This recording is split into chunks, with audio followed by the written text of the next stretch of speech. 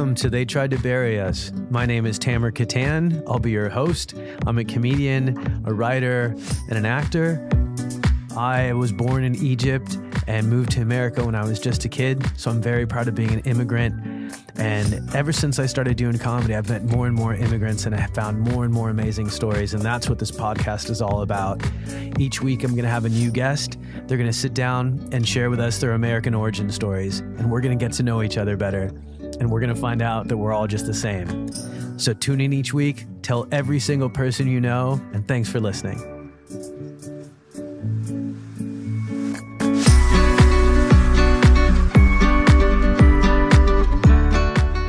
Hey, welcome back to another episode of They Tried to Bury Us. I'm Tamer, Kattan, along with my co-host, Kity, Kattan. Hey, Mom. And I'm really excited today to have a guest on my show that I actually perform comedy with quite a bit, not just in America, but overseas as well.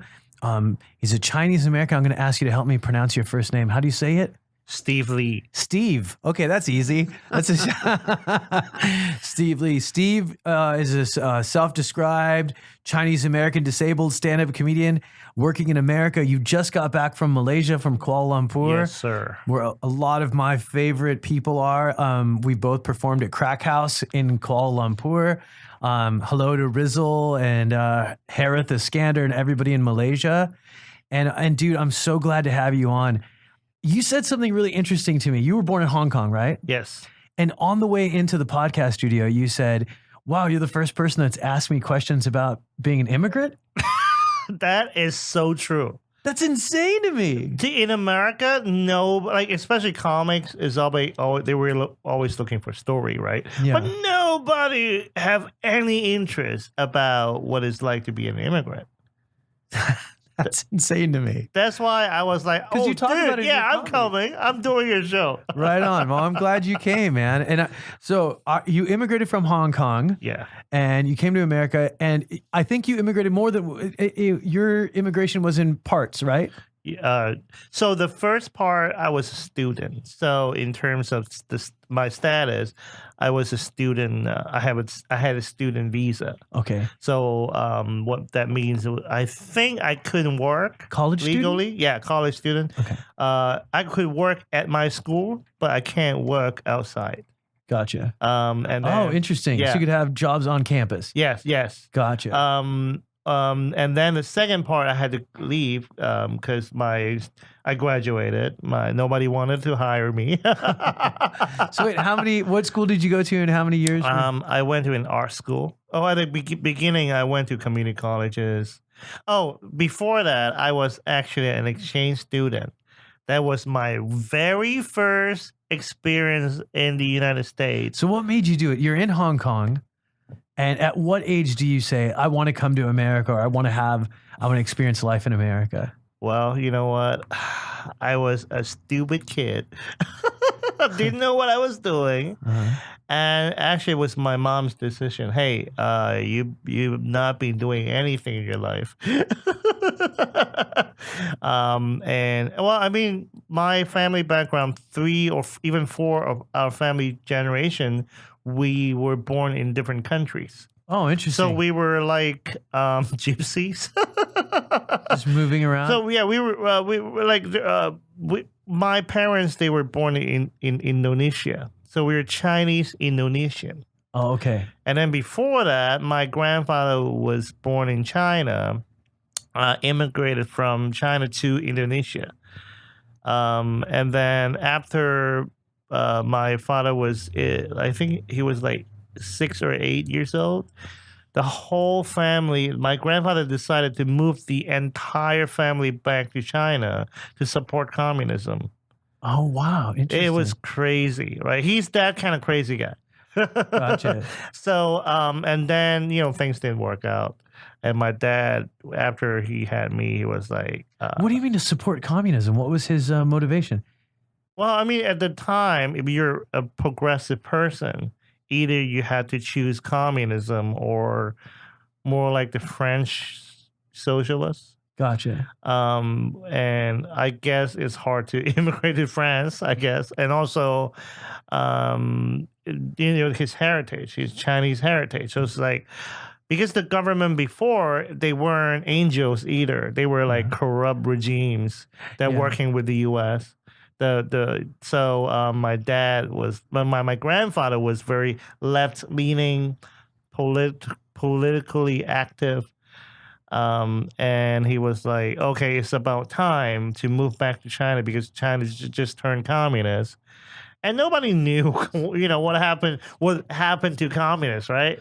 Like, oh, it's a new thing. It must be good. At least it's better than the really regime before. Yeah, you're right. That's how people see things, right? Somehow some people see things. Because the application isn't the same as the theory. The theory of communism actually doesn't sound bad. No, actually, what happened is most industrialized world nowadays adopted some communist ideals. For example, the Social Security, disability protection, all the protection for low-income people and all the social safety net. All those things are actually borrowed from communism. Wow. Okay, so now I understand what kind of a family you come from. You guys are open to moving and immigrating, and now you're in Hong Kong, and you reach a point when your mom doesn't think you're, I don't know, grabbing life by the horns, and she thinks an experience of going to America is going to be good for you. How old were you when that started happening? I was 15, I think 16 or 17. And I was just, look, this is so the summer school off day, right? Other kids get like part-time jobs. Some kids go to classes. You know what my favorite activity was? Sleeping. So she said, "Hey, my kid's a little lazy. I want him to go. I want him to experience." I think right now, I mean, looking back, I think I was kind of depressed. But it was not. There weren't such a thing back then, right? I was just sleeping all day, and I didn't know what to do. Wow. Yeah, that kind so of. she knew it was depression. So no. We know today that would be. But she just knew something was up. Yeah, and exactly. She wanted to help. Yeah. I was smart enough, but I wasn't I wouldn't say I would smack my head if I saw myself right in front of me today. If I saw the teenager me, I was like, "Hey, wake up, man!" Well, it sounds like you're a normal. Normal teenagers have trouble with motivation sometimes. Yeah. Why do you think you were depressed? I think it's just me. Really, I think it's just how I see the world. I'm not like a type A personality type dude, and I think growing up with a disability, all the experience I had when I was a kid, maybe people were staring at me all the time. Yeah, all that stuff kind of got into your head, right?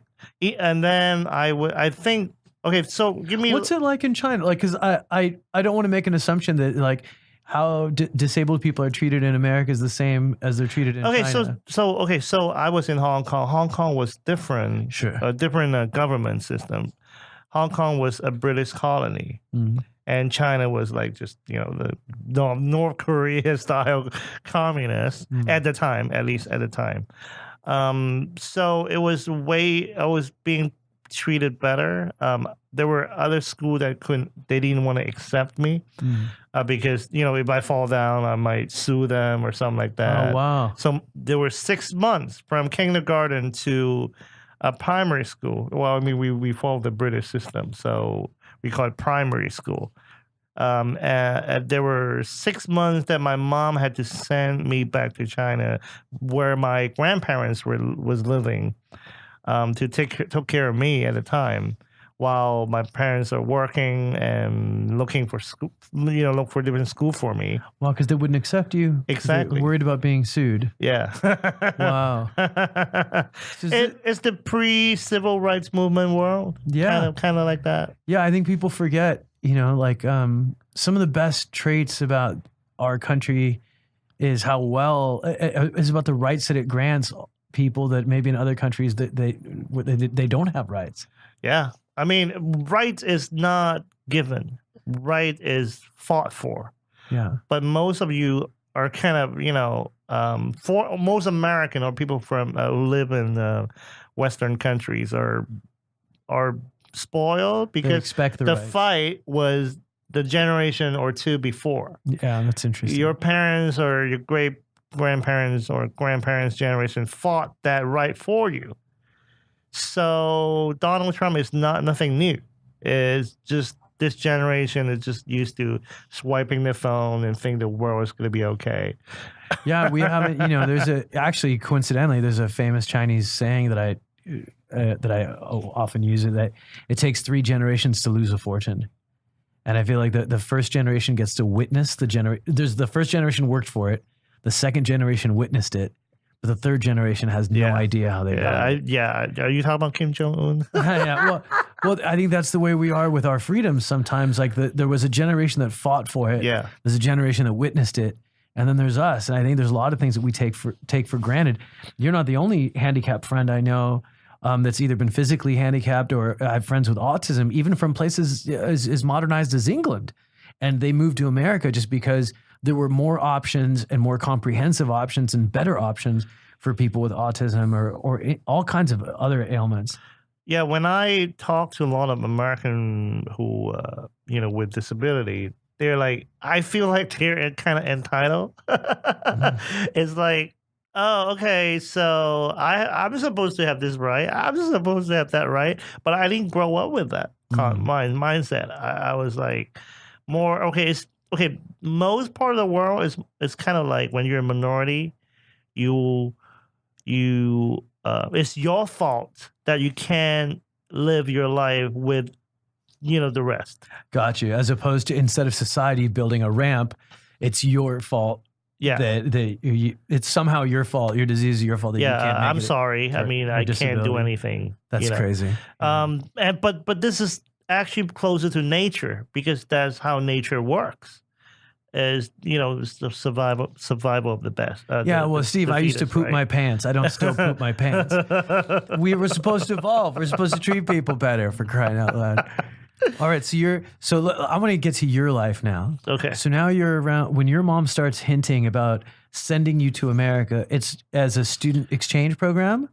Yeah. Okay. So that's one more story that I think is important from my parents' point of view. Sure. That I'm old enough to go back and oh my God, Yeah.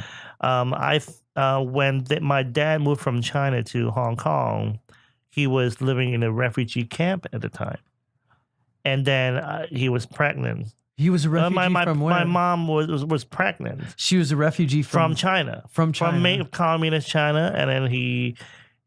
Things didn't really work out, so he flee to Hong Kong, and my mom was pregnant with me. I guess they still fuck in the refugee camp. Of course, there's a lot of romance happening in refugee camps. I imagine I'm surprised there isn't a porn theme under refugee camp porn. It's a sexy theme. The saddest porn I would ever witness.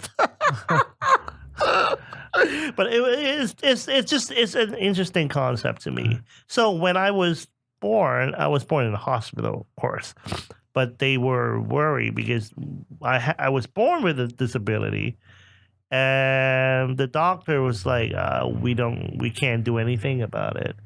Because can I describe to people, to your listener? Well, what's your disability? Okay, I can't recall the name because all these years they keep switching. They changed the name of your disability. Yeah, or they give me like a new diagnosis. Oh, really? So you don't have I don't have like a typical case if the doctor is not an expert. So that's what happened. Most of the doctors diagnosed me were not experts. So how do you describe your disability? my hand is a little crooked.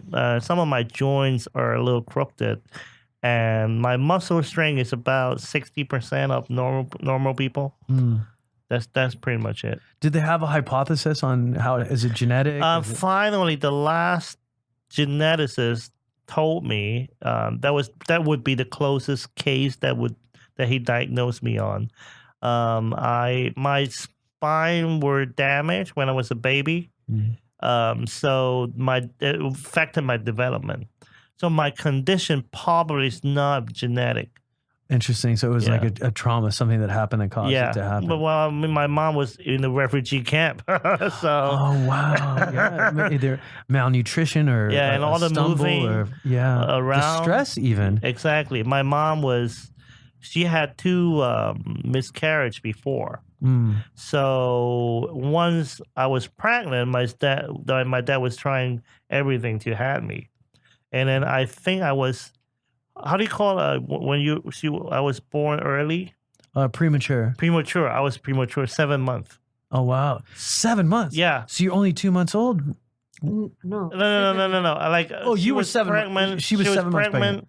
Yeah, So you were 2 months early. Yeah. I was 2 months early, and I was in My mom's like, yeah, Tamer. sorry, Mom. I don't know a lot about. I'm sorry. You never pregnant him. That's true. I've never been pregnant. So it was a traumatic experience for her and my dad. And she didn't know what to do because all the British doctor were like, oh, well, How old were you when the injury happened? Do you know? No, I was born that way. Oh, so the injury happened while you were... while I was, a newborn, and she was crying for months and months. And then she, guess what happened? All the doctors said they couldn't do anything, so they thought some of the doctor in China would be able to do something. And then she took me back there, and then the nurses was saying, like, you know what, just give him to the orphanage. Oh my God. They told her to give you away. And no, that's the humane version. The other version was just put me next to a trash dump. Wow, that's terrible. That's like how third world country people deal with people like me. That's crazy. Yeah, I think sometimes people forget about disabled people as another minority, and the way they get treated in different societies, especially societies outside of America.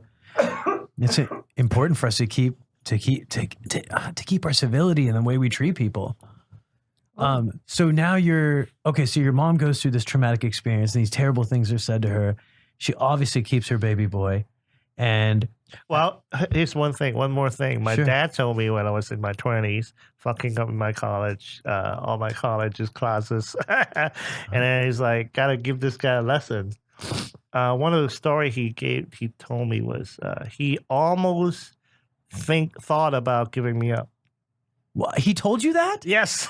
Why? No, Why? but I was in my 20s. Okay. But it's not like what he was telling me when I was like 8. But you said he told you in your 20s when you were messing up in your classes. Yeah, so yeah. did he tell it to you like he was angry and said, hey, you know what? I wasn't going to keep you anymore, like that kind of a thing? Yeah, you know, immigrant dad. They don't know how to talk. Yeah. Oh my God. That's like the father-son talk. Yeah. That's it. But in all seriousness, that's not a nice thing to say. That must have been hard to hear. Well, How'd you take it? Like, how'd you take it when you heard that? I mean, I didn't really love him at the time. I think throughout the years we learned how to love each other. Yeah. But even before that, he was working all the time in China. So I probably saw him. There would be period of time I saw him once a month. Oh, wow. For one day or even half a day. So I wasn't that close to him. That's tough. For a But little now boy, I think back, it was like I totally appreciate that because he was just being a man that he knew how to be a man or a father. yeah. Sure, that's the way. That's the culture his was, way yeah. of Your father, you understanding. provide. Exactly. Yeah. Especially, the old school immigrant type Sure. dad. So It's a harmful thing, to tell people that they can, if they provide financially, they don't need to provide emotionally. I think back in his days, he did his best. Sure. So thinking back, that he almost gave me up, that would be a better version of like, what he did, right? Yeah. I mean, looking from his point of view. Yeah. If he found another woman or not, I don't know. I don't care. I mean, it's already who I am is who I am today. Sure. Nobody's or angels, right? Sure. So he was thinking, he was saying, I was going to let you go and I was just going to leave the family. Yeah, start and fresh. have a baby with another woman. Wow. He Wow. was like, understanding he was more like a Michael Corleone type dad. Yeah. I understand where he was coming from. And I wasn't, I was like, again, like my theory is nobody's are angels. I'm not an angel. So Sure. I have he raised me. He tried his best to raise me. Yeah. So I have no complaint. Well, good. I think that's a healthy attitude. At some point we have to cut the cord and start creating our own stories and sort of detach from the ones that we're, the stories that are part of our parents' story. Some parents are not very, they didn't do their best. Yeah. I think my parents, not only they did their best, they gave it all to me. Oh, well, that's good. And man. I'm very thankful. I'm glad to hear that. Well, they made a funny kid. Well, I was not funny. Let me tell you, I'm totally not funny. When you were a kid, yeah, it sounds like you were going through a lot. So now let's get to America. How do you? When did your mom first start talking to you about America, and what were your thoughts? So I have one aunt. She's Vietnamese, Chinese Vietnamese. So most of my family or our relatives are scattered all over Southeast Asia. So they had a tradition, like the Vietnam War. After the war, they either had to move or they had to stay in Vietnam, and that relatives really influenced my mom. She's from South Vietnam. Okay. So the Vietnam War is what made her have to move. Yeah. So she was okay. I don't remember, but I think she was back and forth. Gotcha. To China and Hong Kong, kind of like that. Yeah. She's a survivor, so she loves me. She kind of like my play aunt, like we're distant relatives. Yeah, but she had a special connection. Yeah. So she likes me, and she wanted to take care of my family, and she was the first relatives who did well. Amount like we were in refugee camp, right? Yeah. And then actually my dad kind of had his own business after a while. He worked really hard. So we were moving from extreme. What kind of business did he have? All the watches you're wearing? Yeah. That has like color on it? Oh, like Swatch watches and things like that? Yeah. So there's like a process that you dip the metal into a chemical. And then the electricity and the magnet and the water, the chemical together, it will kind of like show a certain color on your interesting. the metal. So it's like watch design and coloring. So the watches will turn into like, if the customer wanted gold, it would turn like from like a metal color into gold. Oh, interesting. Something like that. Oh, that's neat. Yeah. Cool. So it was like, back in the days, everything was made in Hong Kong, made in Taiwan. There was that era that my dad were kind of smart enough, like, to get into. Sure. So he made some money for the family. And my aunt, my play aunt, she was also like urging my mom, hey, I sent all my sons to America to study and to, try to help them get a better life. Your kids have a disability. And it was because the communists were taking over Hong Kong. It was under the British, but they were negotiating the process to take over Hong Kong at a time in the 80s. Okay. 80s and 90s. So some of the people were really afraid of the communists. Like, would they screw Hong Kong over? So my my plan was like kept urging my mom, hey, you gotta send him away. This is a very common thing for a lot of immigrants. It's like you're in a situation where parents are anticipating that a future is not going to be bright, or there's not going to be opportunities, or there's not going to be hope. So your only option is like, let's get him out of the country. Yeah, especially there was a period of time called Cultural Revolution in China. Yeah, where they were punishing people who they claim they are not patriotic to the country because they're not loyal to the communists. Wow. So they were usually they started with politicians or the political rival with Chairman Mao, and then it gets down to intellectuals and then doctors, And then after a few years, they ran out of those people. They just picked some dude from the streets. Wow. So it's like you get punished if you if you disagree with the regime. What the typical punishment was, they tie you up and then march you on the street and put terrible signs saying you're not loyal. Shame and humiliate you. And they throw rocks and they throw stuff at you. If you don't die, you just, most of those people get injured. Yeah. But the worst injury was emotional. Of course. And my mom was saying hey, what happened if the communists came and, dragged me on the street? And then I had to kneel down. One of the punishment was they have broken glasses on the floor. So you have to kneel down, put your knee on those broken glass. And I couldn't get up. And what if they just say, hey, you're so evil, you're not admitting your fault. But I couldn't get up. Yeah, because you're disabled.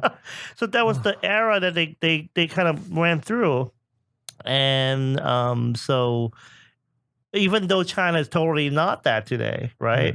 Yeah. But all that memory was in their subconscious. Yeah, that's true. It's funny because even my mom, we've been in the States for a while now, but when we first got here, there were times where I was telling my mom, I'm going to visit Egypt, and my mom would get worried. She's like, but wait, you didn't serve military time. And I go, Mom, I'm an American citizen. And you were still nervous. You were still nervous about me traveling. Yeah. Even though I was an American citizen, even though I had an American passport, there's one line that's a bummer in my passport, and it says born in Cairo. Right? It's not a bummer to me. I love it, but it's that one line that goes, you're Tamer, American, but you're adopted. Tamer, your mom is so right. I know. Look, she's nodding knowingly now. Don't encourage her, Steve.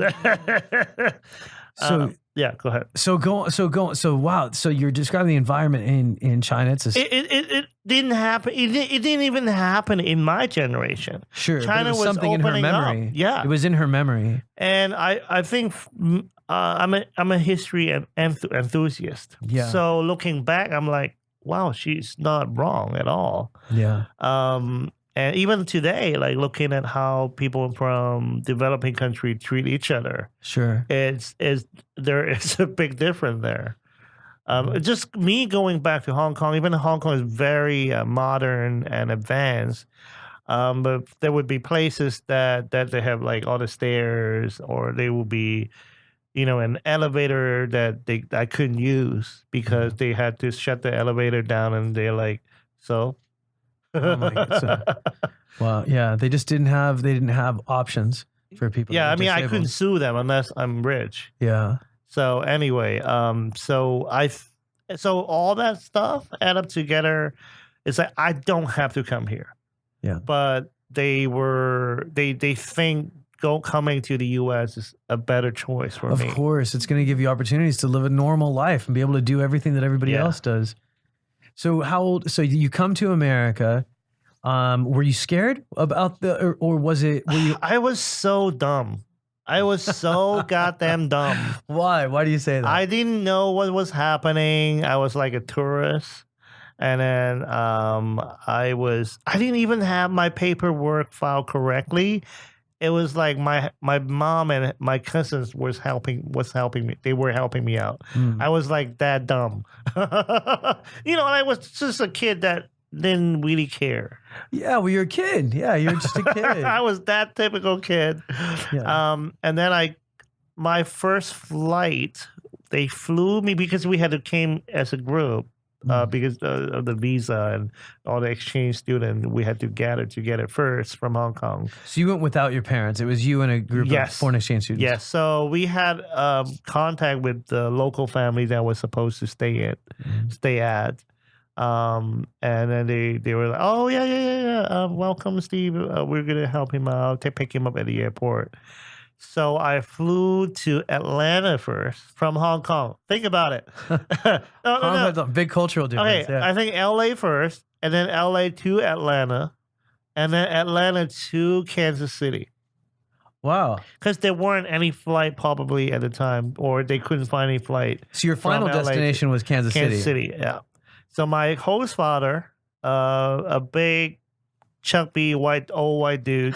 That's great. Have a sign at the airport is like, "Hey, Steve! Yay!" Oh, that's No. I wasn't called Steve at the time because I was under the British school system. I had like a English name, William. William, you were William.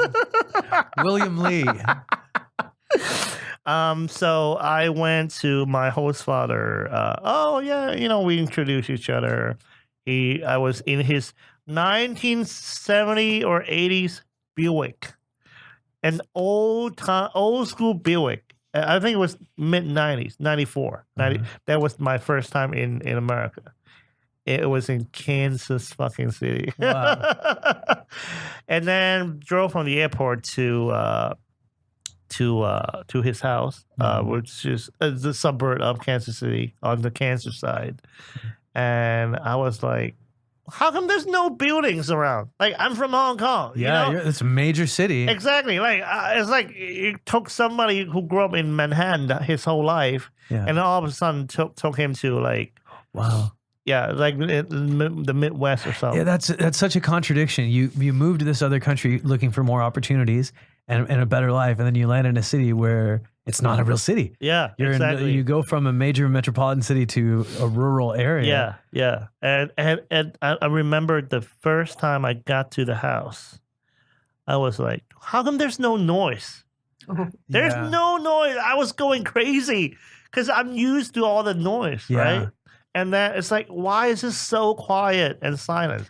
It's almost like, one of those recording rooms that you go into. Sure. There's no noise at all. Like, I was going crazy for 2 days. Yeah, I had a very similar experience coming from Cairo. It was a very noisy city. And then I remember when it was too quiet, it was scary. Yeah. So now you're a kid. You move with your host family.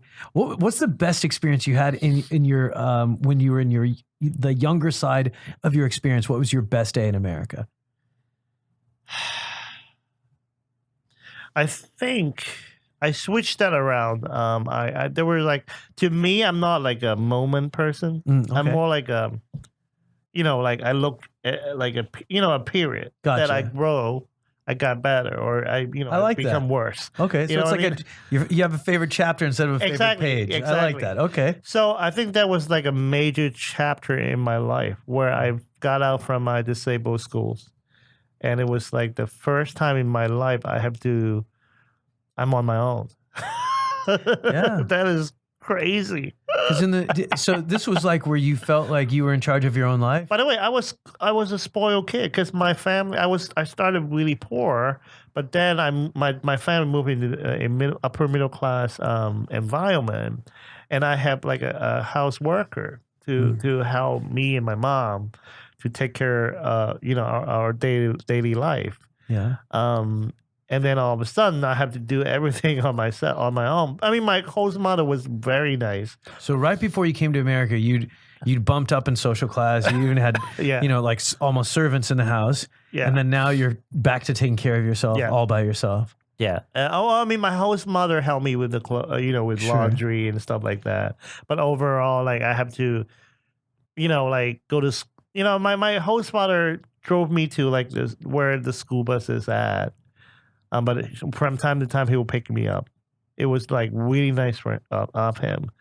But overall, I have to we learn how to deal with kids because most of the kids in disabled schools are people who have grown up with for many years. Sure. They all know each other. Exactly. Like, imagine you came from a small town. Yeah. I never even thought about that because it's almost like there's a small town within the small town. Yep. And it's the disabled community, and they've known each other from practically kindergarten on up. And you're almost like a double immigrant. Yep. Oh, my God. Yeah. And my English was terrible. Terrible. Like, I'm talking about, can you pardon me? That's like the only English I kind of like say all day. Yeah. Pardon me, can you bet your pardon? Yeah. And it was somewhat British too. Like the first time I asked, in America you call bathroom, right? Or a restroom. In the British term is water closet. No, or toilet. A toilet, yeah. Where's the toilet? Yeah, where's the people are laughing at me? You know kids, right? Yeah. You're even a little bit different though. Yeah. They go after you. So it was like a huge shock to me. Yeah. And that was like, oh my God, what the fuck did I get myself into? Yeah. Why did I agree to this shit? Yeah. It's not easy. It's a hard thing to. And I start missing my friends back in schools and missing my old way of life, all Sure. that stuff. Sure. So then what was your best chapter? Oh, sorry. I That's okay. didn't ask. Okay. I think there was two moments in terms of moment. It was the first week that I was in my art class. That's my thing, like being an artist and all that.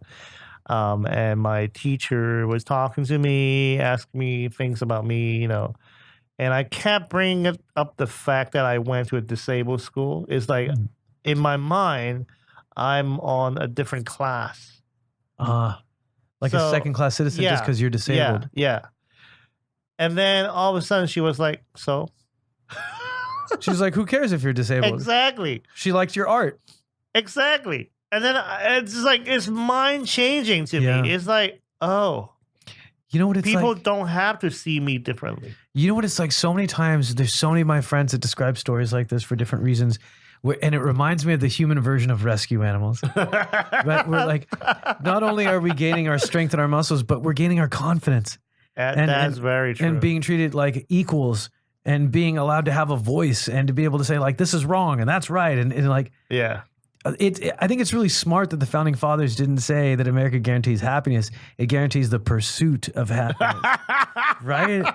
It's the ability to chase it. I just want a chance. I didn't even think of it this way. Yeah. That was beautifully said, dude. Oh, thanks. The pursuit. Just give us a chance. That's all we want. I don't even want the thing. Just give me a chance. I'm not giving to get it for myself. So, here's the thing about communists is like, I'm giving everybody the same thing.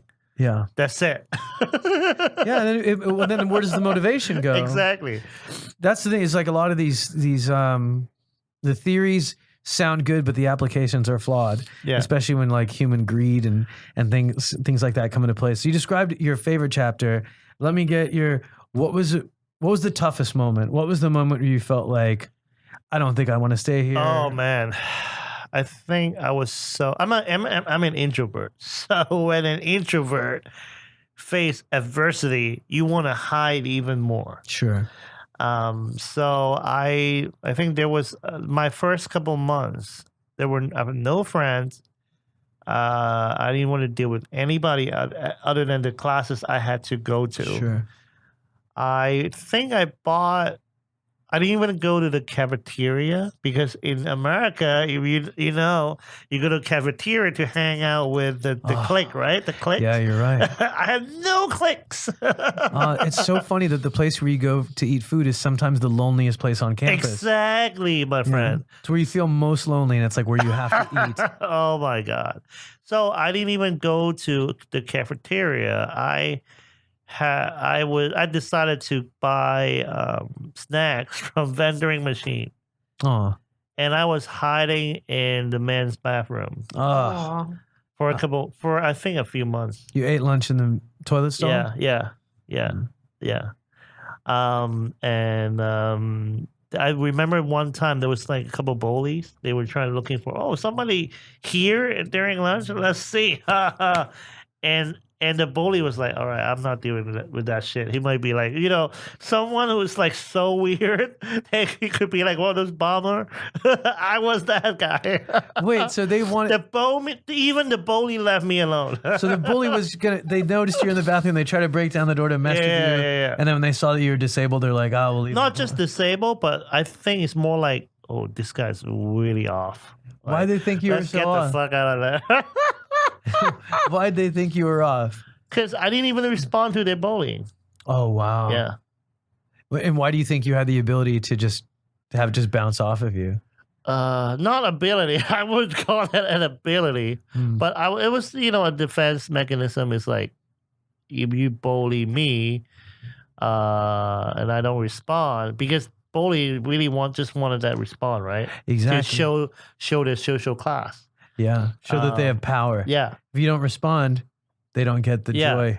And also, they don't need to bully people like me because the bullies. They're bullying people is right one class below them, one or two classes below them, to show their status. Yeah. It's like they make sure they can win. Yeah.